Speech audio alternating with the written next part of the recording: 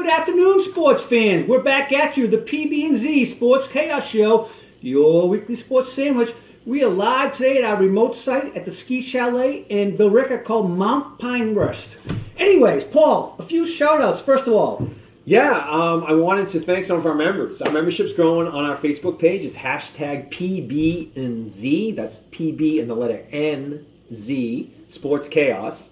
And we're starting to get some members from all over the country, actually all over the world. Whoa, we are global. We are a global sports show. Sports show. We got Gustavo down in Brazil. We have Gina in China. China in the house. And we also have a span now reaching across the country. I'd like to put a special shout out to Annie down in New Orleans. Ooh, New Orleans. Rich out in California, and Christelle in Cincinnati. They're all members now on our Facebook page. So thank you for that. Love you. Keep it coming. Yeah. Hey, and this week we are fueled by Brewmaster Jack's Ambrosia IPA 7.0. It's a potent one. Yeah, it is. These guys are located out in Northampton, Massachusetts, founded in 2011. Northampton, Mass. Is that another 413er? It is. They got some good brews out there. 413 in the house once again. Thank you very much. All right, let's get right to it. PB, I want to talk about the last 10 days in sports. A lot of stuff has happened that's really not related to the field, ice, or court, right? When you think about it, let's take a look what's happened. All right. Manny Machado, 10-year deal with the Padres for $300 million, a record contract. Zion Williamson blows out his shoe in the most highly anticipated basketball game of the season, and now he hurt his knee, and all the big fusses about whether or not college basketball kids should be allowed to skip college and go right to the pros, right? Yeah. We had some sad news. Legendary African-American pitcher Don Newcomb died this week. Don Newcomb, or last week I should say. Don was the first African-American pitcher in the major leagues and won a Cy Young as well, playing for the Dodgers. Also, locally, another baseball contributor, Nick Carfado. Nick was a writer for the Boston Globe. Fantastic writer. I used to love reading his Sunday Notes pages. I'm sure you did as well. He did it for many of years. He was an unbelievable contributor. And unfortunately, Nick passed away on a day that he was off, but he was still covering the team down at JetBlue Park. All right, let's talk about crazy. The craziest thing that happened in the last 10 days. Robert Kraft, booked for solicitation of prostitution. We will talk more about that a little bit later, but that is a scary topic we're going to get into. Bryce Harper. So, not only does Manny Machado sign his contract, Bryce Harper turns around and signs his 13 years, $330 million. We'll talk about that a little bit later. NFL news. Kyler Murray. Apparently he is not a little guy after all. We will talk about that. And the last bit of off-the-field trouble. CEO Larry Baer of the San Francisco Giants, yesterday, in a park, having lunch with his wife, knocks her down to take her cell phone away as they're arguing about something on that phone. Totally off the field. Again, another incident. But we digress. Let's move on to sports on the ice. Boston Bruins, we'll talk about that momentarily. The NFL Combine, which started today, we'll talk about that. Mock drafts, we'll get into the mock drafts a little bit. We'll talk about the Patriots. And then we'll finish up with the situation with Mr. Kraft and the elephant in the room. Yep. All right. Let's talk about the whole baseball situation. Machado going to the Padres. What do you think of that, PB? Well, first we look at the division, right? So you're in the NL West. Very competitive. Very competitive. You got the Giants that you just mentioned. You also have the Dodgers, Diamondbacks, the Rockies. That's a pretty competitive division. And, you know, can San Diego take a guy like Machado, put him on the team, and then all of a sudden be a contender? I don't see their pitching staff nearly competing with some of those staffs in the West, especially, you know, the Dodgers. And then you look at Colorado. They have some really great young pitchers out there as well. I think it's just a tough gig, and I'm surprised San Diego gave him that kind of money. Would you say that he's probably in the same situation he was in Baltimore, probably, comparatively? I think he is, other than the weather's better. Yeah, probably. And then what about Bryce? So Bryce Harper, you did say Philly was an ideal landing spot for him. You were hoping for that, right? Yeah. I was hoping he landed there. I think that he could have a bigger impact there because they have some good talent on that team. They have a great staff. They got some really good young pitchers. They got Aaron Nola, who, in my mind, is a Cy Young contender. That's a division they could certainly sniff winning that division for the next 3 to 5 years, I think, with Harper. The first 4 guys in their lineup were brought in the offseason this year, right? So they brought in McCutcheon from the Yankees, right? Came in. They brought in Segura, the shortstop, and JT Romaldo from the Marlins, right? Yep. Yeah. They're going to be a real good team. I think they're far and away the team that should be contending. I mean, Atlanta might be good as well, but I can see Philly taking that division. The question really, though, becomes the longevity of the contract. 13 years, so he's 26, 13 years, right? That makes him 39 years old. When that thing expires, he's going to be paid $20-something million against their salary cap. That's insane. Potentially, he might not even be on the roster. Yeah. He could be off the roster for 1, 2, or 3 years before that thing expires, and that's on their salary cap. They're stuck with it because it has no opt-out, so he can't leave, and the team can't get rid of him before 13 years, and it has a no trade. But Philly might be all in. They might be saying, "Hey, we're going to win. We're going to win 3 out of the next 6 or 7 World Series." And then after that, who cares? Well, that's true. It only takes one for those fanatics. They'll be happy for 100 years. Look what happened when the Eagles won. They're retired now. They think it's all over. They don't have to play in the playoffs ever again. I think they will contend, and I think they'll contend year in and year out. It's just a question of what happens when he's 31, 32, and now it's tailing off. They're going to have to probably eat it at that point. Hey, what's the best news out of all this? That neither of them are in the AL or AL East. That's right. See you later, boys. Thank you very much. Red Sox Nation loves that. All right, moving on. Boston Bruins. These guys have been flying under the radar right now with all the other stuff happening in sports, even the Patriots making off-season news, right? They're flying under the radar. They are. And last 13 games. Yeah, they're, 13? 11-0-2. 11-0-2 in their last 13. They went on the West Coast and took care of business out there. Easily. Lost 2 overtime games and shootouts. They're the 3rd best team in the NHL, just a couple points behind Calgary right now. Right. Tampa Bay, who's far and away the best team in all of hockey, manhandled them. but they just took care of them 4-1 the other night with 3 quick goals in the third period.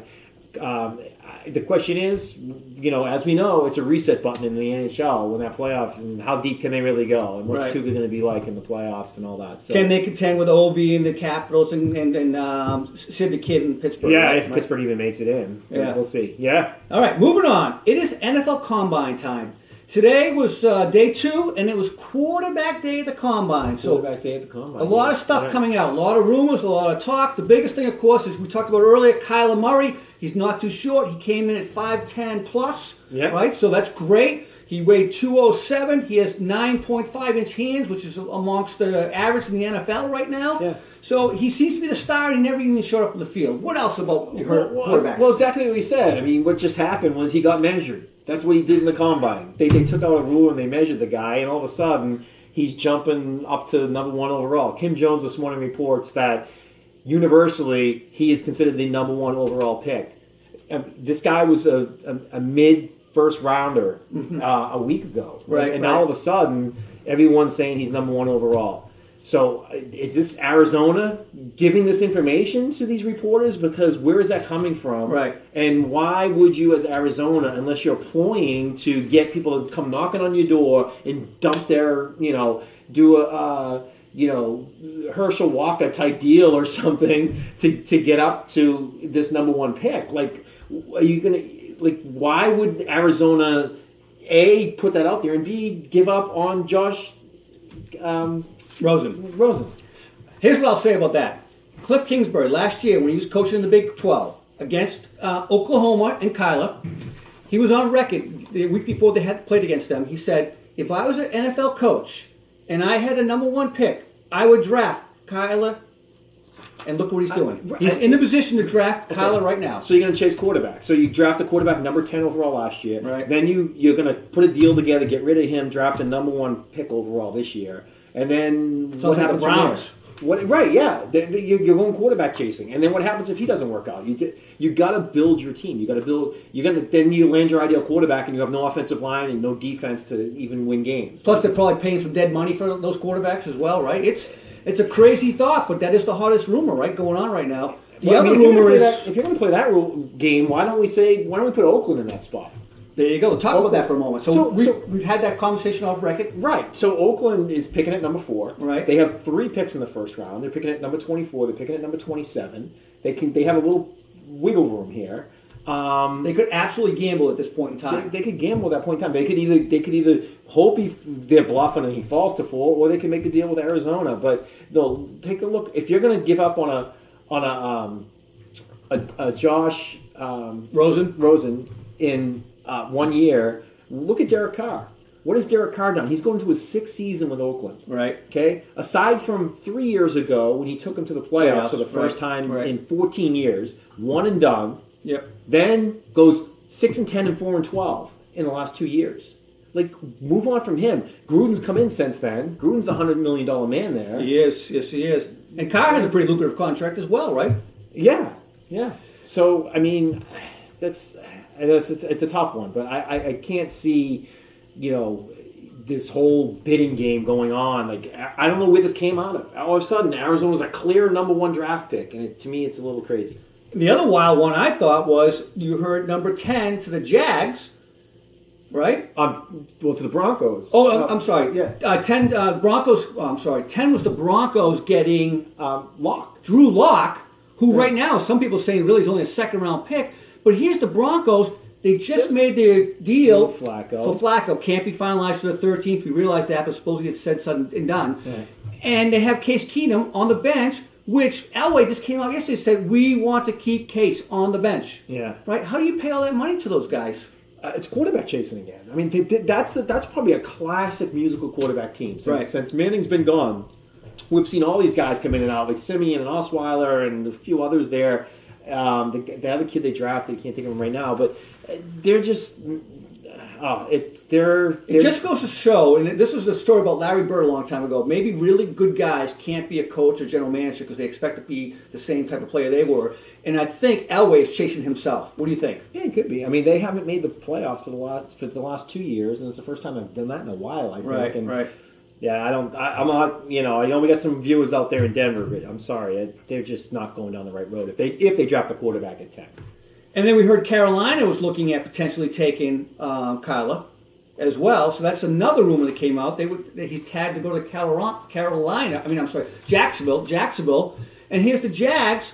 We just talked about them getting Nick Foles, right? Maybe, yeah. So. I personally think if I'm Jacksonville, I could see Kyler going to an Arizona or the Raiders. They're not ready to win yet, right? So he needs a year or two to develop. Jackson was in the AFC Championship last year. Right? Mm-hmm. Yeah. So why not take a guy like Nick Foles, who beat the Patriots, an AFC team, last year in the Super Bowl? All right. And then what about Daniel Jones? Like, we haven't mentioned him yet. Daniel Jones, that's right. Good point. So he's another one that's now showing up. You heard 32 last week, and now we hear 15 to the Redskins, right? 32 to the Patriots. Which would have been ideal, right? Yeah, I'm not sure that I don't know. I don't know if that's a good fit for us at 32 right now. But all right. Well, he's going to go to the Redskins. Don't worry about it. But he's all over the place. I mean, he's up, he's down. We'll see where he goes. Crazy times coming up. Hey, we can't wait till March 13th for the free agency period starts. So then we can start to sort this out a little bit, and then we can talk about the drafting as we get closer to the draft. Yes, that'll be exciting. All right, let's move on. Let's talk about our Patriots. So a lot of stuff happening in the Patriots family, right? Devin McCourty. Mm-hmm. The deal with Devin. So Devin's going into his final year in his contract. He's going to does not want to retire, right? Does not want to retire at this point. There was some rumors out there that he might.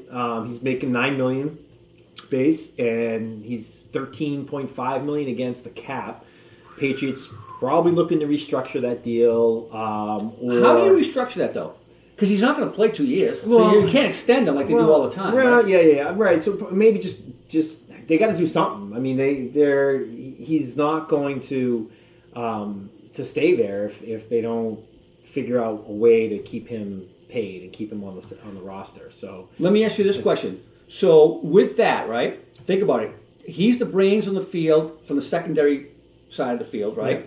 The other brains on the field is Dante Hightower, which you just heard today. The other rumor is Dante doesn't want to. He doesn't want to take a pay cut either. So we're talking about the Patriots right now looking at two like they've always coaches. Done. Yeah, and this is where, craft comes into play, right? Trying to put these deals together and try to figure out a way to get players, keep players. And, if those two guys both go, if McCourty and Hightower go, this could be tough. Especially the fact that we have a whole new defensive coaching staff coming in, right? Right, with the exception of Belichick's kid. Belichick's kid, who knows what his role really is? He's the son of the head coach, right? Yeah, he's a safety. He was a safeties coach last year. It's like working for the Boston City Department, nepotism. Anyways, I don't see how you can lose your two coaches on the field. You can't let Hightower and McCourty both go with all new coaches. You're screwed. Right, and then yeah, it's a recipe for a bad defensive year. Let's flip the other side of the ball. So the other concern I have is the other rumors about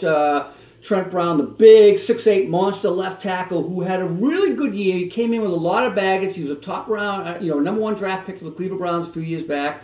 He came in with some concerns whether or not he could do the job, and he did an outstanding job. And arguably, I would say, and people, you can argue the point, I would say he was the best offensive lineman. I know Andrews had a fantastic year as well. He's always done a great job since he's been here, and Tunney at left guard. But end to end, preseason right through to the Super Bowl, I thought Trent was outstanding and did an awesome job. If they're going to screw with his salary and he moves on, we are screwed. Do you agree? Yeah. I mean, the number one priority is to keep Brady out.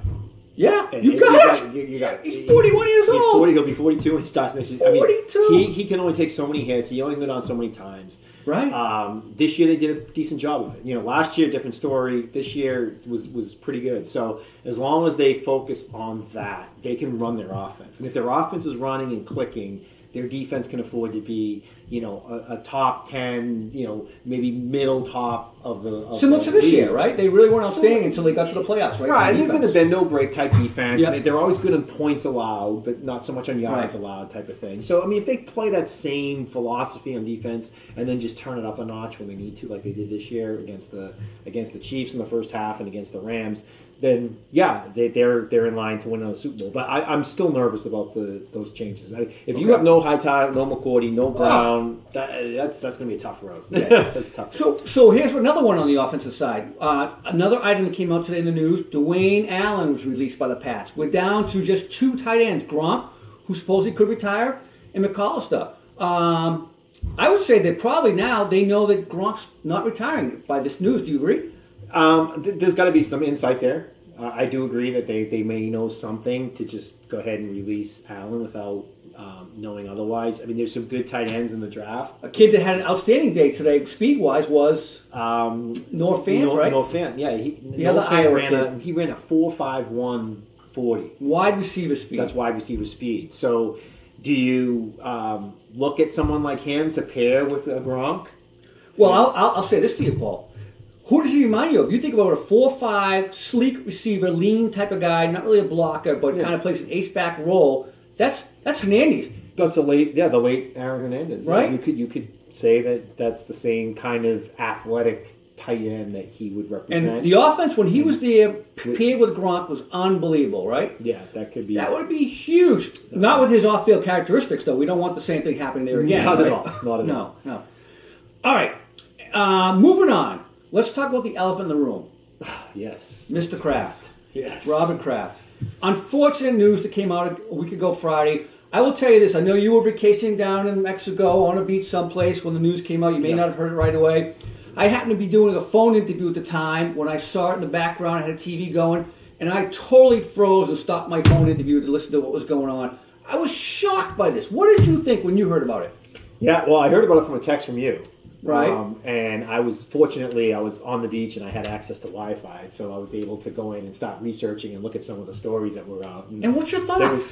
So my personal thoughts are, Kraft is an idiot for even being in this situation. I mean, he's a brilliant guy. He runs a great organization, and he does a lot of good things. He's a freaking billionaire. And he's a billionaire. And to do something like this, to me, it's almost like, he has some type of fetish going on in his mind or in his world where this is something that he wants to do in order to fulfill that fetish. And it might just be, hey, I can pick up the phone and call some high-class hooker any night I want, or have my people Which he would have been better off doing. Which he would have been better off doing. Because think about this place. But to go, right. It was in the middle of a strip plaza down in Florida. There was probably a liquor store next to it, I think, right? A church on the other side. A church on the other side. And by the way, I heard the going rates.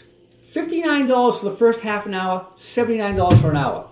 That's not not a lot of money. The average Joe could have afforded that, and he's a billionaire showing up in a Bentley going in there. Yeah, which goes back to my whole. He must want to have that seediness, that edginess to the whole experience as part of what gets him excited. All right, what's it do to the legacy? So from a legacy standpoint, I'm more concerned about the brand. I think if you look at the Patriots and what they've done, the organization's legacy, the organization's accomplishments, nothing changes. Right. I mean, what happens on the field is not Kraft. Right. Now, granted, he writes the checks, right, and he's probably involved in some decisions, but Belichick's running the show. Correct. And people come in and out of New England all the time, and Belichick just takes them, figures out how they can be successful on the field, leverages their talent, and makes it work. Right. So nothing from an accomplishment standpoint can be taken away from this. The brand, however, that's a different story. The brand's tainted. The brand's tainted. And, I love to go to different parts of the country, and I travel a lot in different parts of the world, and, I have my Patriots hat on, and I'm wondering, hey, what does someone think or feel when they see me with my Patriots hat or my Patriots t-shirt or something on, And you were saying this kind of is similar to what happened with Zion Williamson and that brand, right? Right, because it was Nike, right? So Nike's brand took a big hit, right? Financially, the stock went down on that first day. Yes, but it's just a longevity thing. It's like it's in people's minds, so it's going to come out, and then over time, it may fade or go away. Unfortunately, for the Patriots case, that's not because they've had so much of a historical. When you take it with Spygate, and you take Deflategate, and you take Julian suspension for PEDs, and all these things that have happened to the Patriots over the last period of time, and the fact that we've been successful as well. People just look at this as this is something else I can put on my little list to hate the Patriots. So, what do you think the penalty is? Because we know what happened to Robert Irsay from the Colts for a DWI, which I believe is a much more worse offense. He got 6 games suspended and a $500,000 fine. What do you think happens to Kraft in this case? Yeah. I mean, it's similar. At the end of the day, it's a misdemeanor. But because he's, what if Patriots? Your point is the Patriots and the league is so far against them. Yeah. I think he gets at least the same, if not maybe even a year. Yeah, I mean, does Jonathan have to take over? Do you think that he has to give up ownership? Does he have to give up management? I can't see that being taken. Now. Okay. He's obviously fighting this for a reason, right? So the latest is he's pleading not guilty, right? And he's going to go down to Florida. I don't know if does he have to go to Florida or not, but he's supposedly the way the court system works, he could have a lawyer attend. But I just heard the other day that they're now saying he has to go to the arraignment. Okay, because it's a trial. So because he wants to fight it, I guess, right? Right, it's a non-jury trial. He probably wants to say, hey, at least I can come out of this, no wrongdoing. They're probably going to find a loophole, and he may win this thing. But, it also could drag out. I think the fact that they got him on video, which I don't want to see that video ever. Do you want to see that video? No. I don't want to see that video. I don't want to know. I mean, and that's the other thing, too. If they say Kraft went there 2 consecutive nights, right? And this is not the weekend of the AFC Championship. Right, and this is not his first rodeo. He's been to these places before. I don't think he just woke up one morning and said, "I'm going to decide to go." By the way, where is his young blonde escort that's at all the games? Yeah, I know. I don't know. It doesn't make any something's a little bit awry here. That's all I got to say. It's a funny story. You know what? My personal opinion is pay $1 million to some type of organization and get the heck out of here. Put it under the rug. Yeah, because whether he gets off or not, no pun intended. I think he did. It's still the fact that he was there. Yeah. It's not going to. All those Patriots haters I was just telling you about. That's not going away. No. That's still going to be part of the whole story and everything else. So he's doing that for his own psyche, whatever he needs to do, and we'll see. All right. Well, with that, ladies and gentlemen, it is another wrap from the PBnZ Sports Chaos Show, your weekly sports sandwich. Again, we'll see you later on. Thank you for attending and listening to our commentary. Have a great rest of your weekend. And be sure to go to our group page and join.